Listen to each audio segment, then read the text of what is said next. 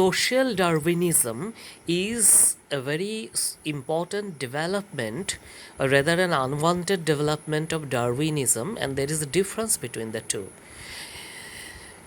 Darwin did a lot of things, but in day to day parlance or for common people, his most important contribution is the origin of species, or how the human beings developed from the unicellular beings through a very complex process of development growth, which he calls evolution.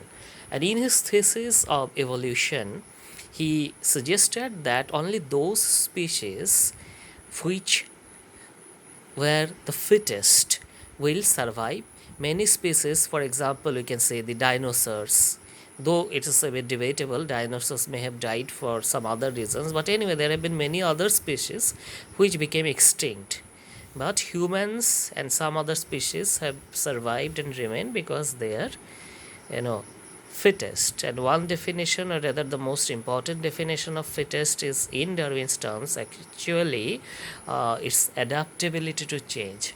Now this was, Darwin was talking about development of species, not individuals, but a group of thinkers and intellectuals misinterpreted Darwinism, giving it a social color by implying that survival of the fittest means that among human beings also, one who is fittest, will survive, or rather overtake the others in competition, for example, or the race which is fitter or fittest will rule other races. That was never Darwin's intention. He was really a biological, or in today's terms, a zoological or a life science kind of thesis related to species, all right. But those intellectuals, the prime leader or the prime among them was Herbert Spencer, who actually interpreted Darwinism in the light of, I repeat, superiority of certain individuals over others and certain races over others. So logically they said it is for the good of other races that the Europeans or the British should colonize or rule over all other races. So because they are the fittest, they are fittest to rule, and because they rule over others, they are the fittest. In a way, is a kind of circular logic, which is no logic at all. So this is what social Darwinism is all about.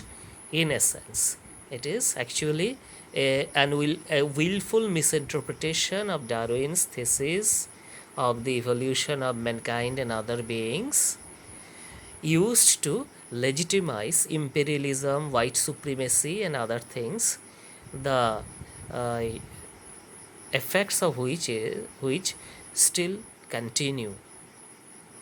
A very similar thing I would like to add is Newton's third law of motion, especially in India.